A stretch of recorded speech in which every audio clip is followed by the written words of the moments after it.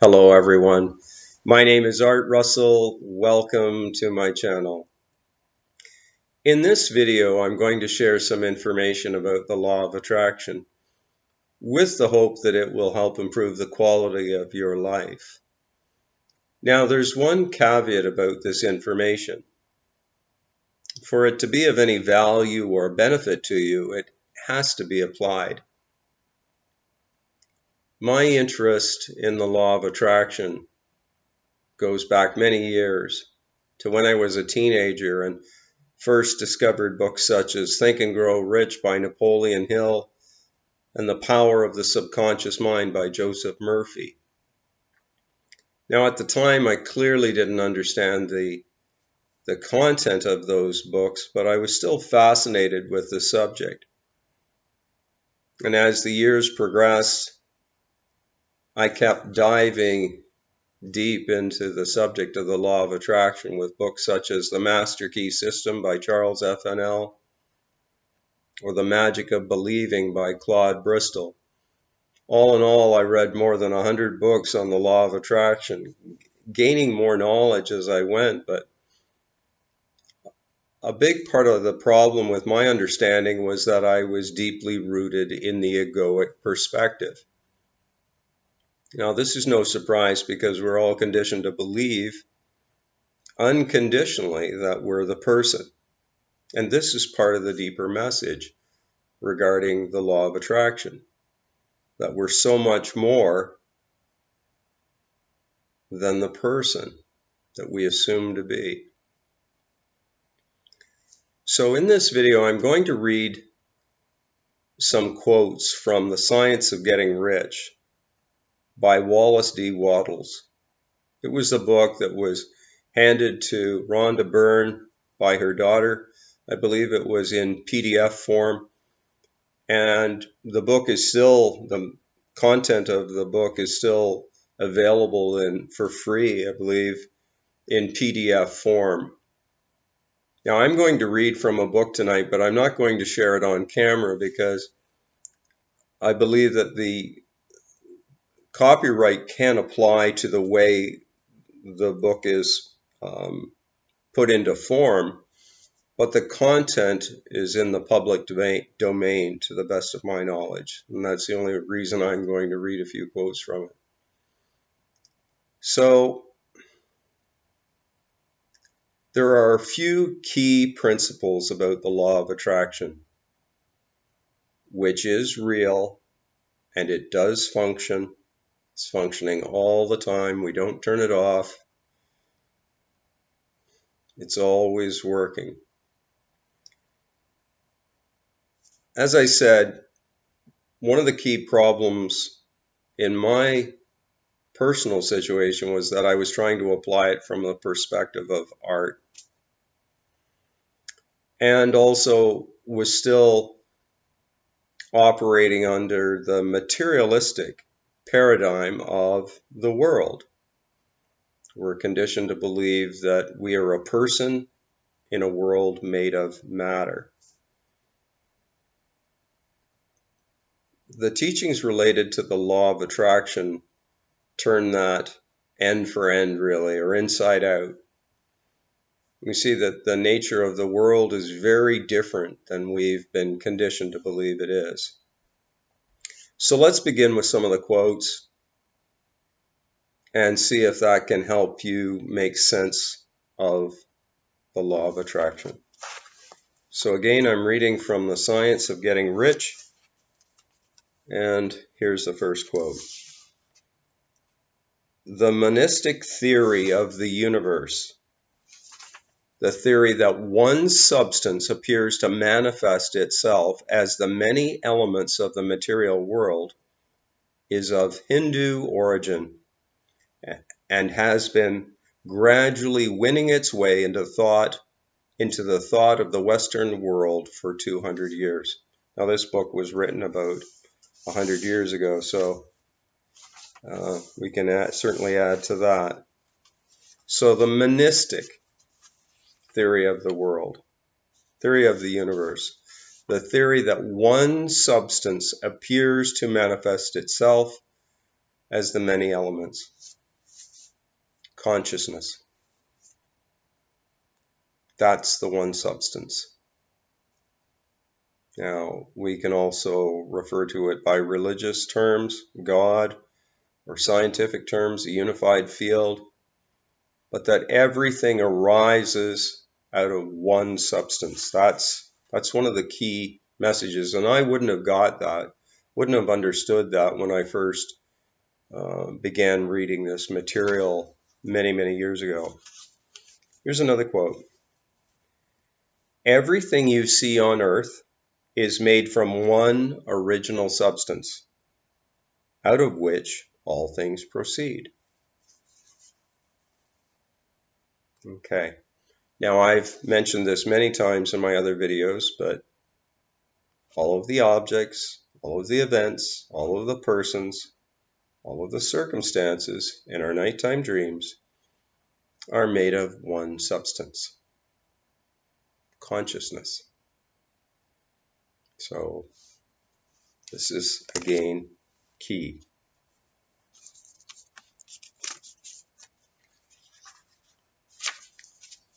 Here's one of the key quotes and can greatly help with our understanding, and this is something that has to be applied diligently for us to see results with deliberate manifestation. No thought of form can be impressed upon original substance without causing the creation of that form. A human being is a thinking center and can originate thought. No thought of form, basically whatever you imagine, whether good or bad, can be impressed upon the original substance, consciousness, without causing the creation of that form.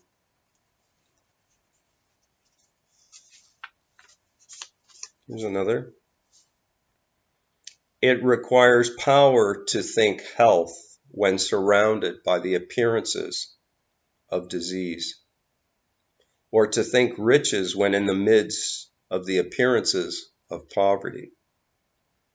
But he or she who acquires this power, becomes a mastermind. He can conquer fate. He can have what he wants.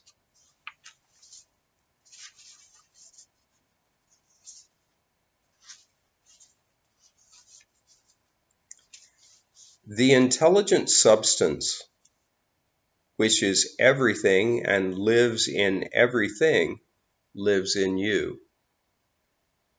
It is a consciously living substance. Being a consciously living substance, it must have the natural and inherent desire of every living intelligence for the increase of life.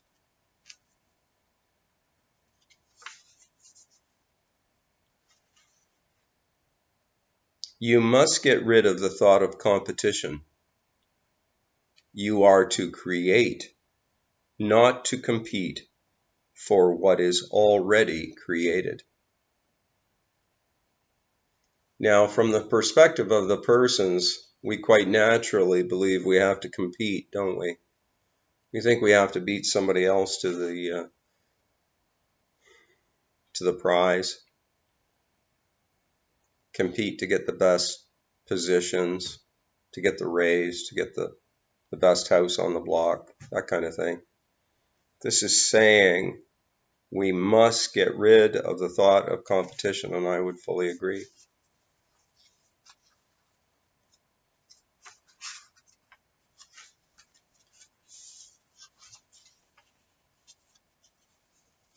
You need to pray without ceasing.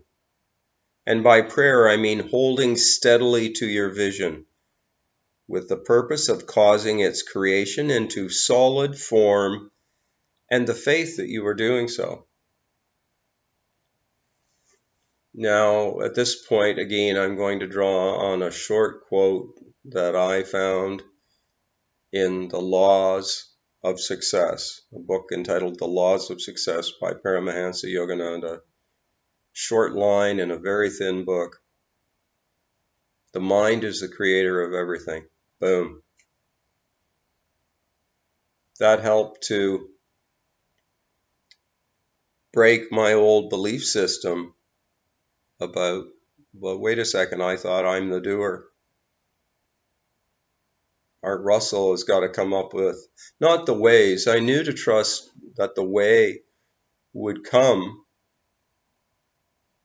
step by step, but I still was strongly rooted in, well, I've got to work hard. This whole work hard mentality. And this is not the case. The mind is the creator of everything.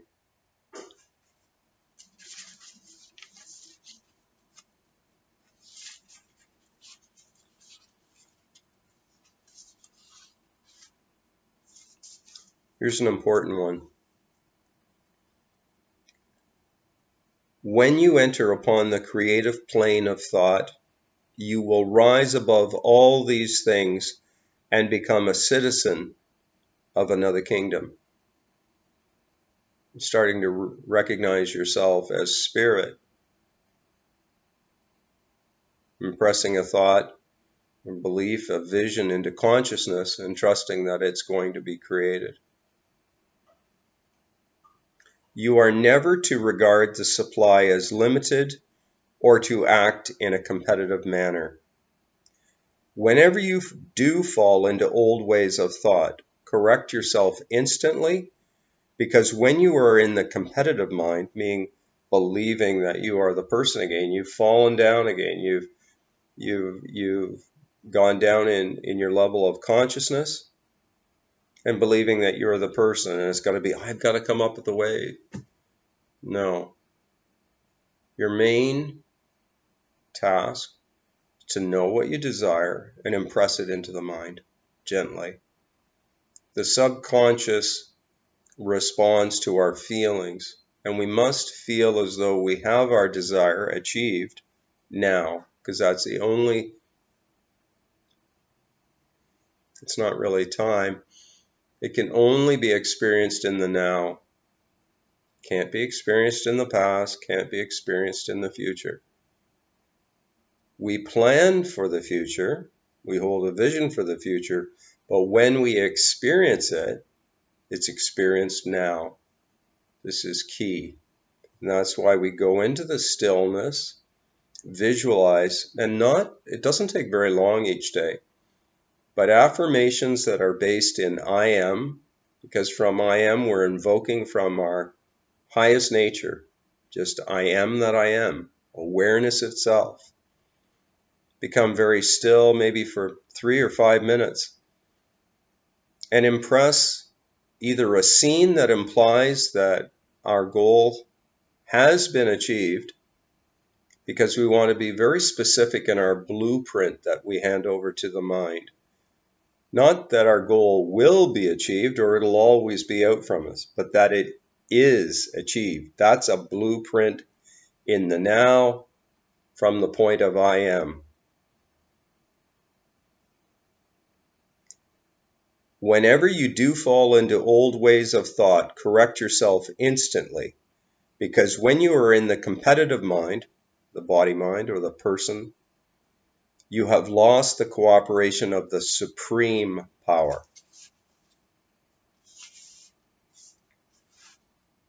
Guard your speech.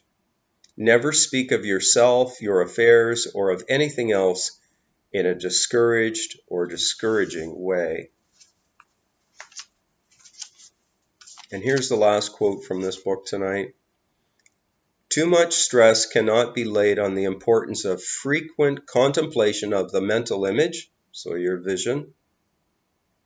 Loop it over and over and over in a relaxed way, not thinking that you're working it from the point of the person.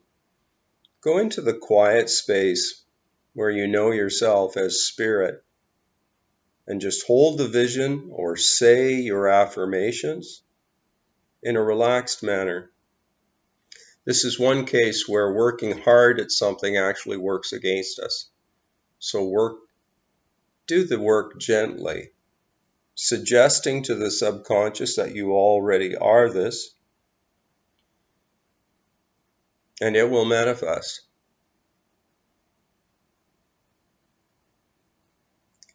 Too much stress cannot be laid on the importance of frequent contemplation of the mental image, coupled with unwavering faith and devout gratitude. Now, I would say that that's a lot easier when we do realize that the mind is the maker of everything, the creator. It makes the events in nighttime dreams, and it's making this right now in the waking state. There is no matter as such that stands independent of the mind that perceives it. This is a divine matrix. The matter within the waking state is not that much different than the matter within the dream state. I know that sounds bizarre because we are so conditioned to believe that we get up in the morning and we are the doers. When we go more deeply into our understanding about this, we realize that it's truer that we're the witness watching what's occurring, and it's occurring because it's based on what we've been thinking and feeling. And the more ardently that we feel something, I would say that the more deeply that's being impressed into the subconscious, and that the sooner that those conditions are going to manifest. So again, my caveat about this information about the nature of this world is one that's founded in consciousness. When we begin with consciousness and we understand that it's impossible to have an experience in the absence of consciousness, we realize that it's the linchpin. It's everything. Neville Goddard, who's a mystic that I've mentioned before, this explains why he has books such as Consciousness is the Only Reality. You could say God is all there is. Awareness, consciousness. This is the key. Instead of trying to impress it into what you believe is your finite mind and trying to work away at things, that's the perspective of the prodigal son who turned away from the Father, from his real nature, and thought he was a person in the apparent world. And when he turned back to the Father, that symbolizes recognizing his true nature. Up until that point, he thought he was making his own way in the world. Yes, we're going to witness action occurring. Neville Goddard called it the bridge of incidents that will lead to the realization of your dream. Consciousness is not limited in any way. This is why we're told that we can be, do, and have anything we desire. And as some of your dreams are realized, you'll be able to up the ante and see that more and more bigger dreams can be realized. Anyway, I hope this information has been useful or helpful in some way. If you've enjoyed this video, I invite you to subscribe, share, and like. Looking forward to talking again with you soon. Bye for now.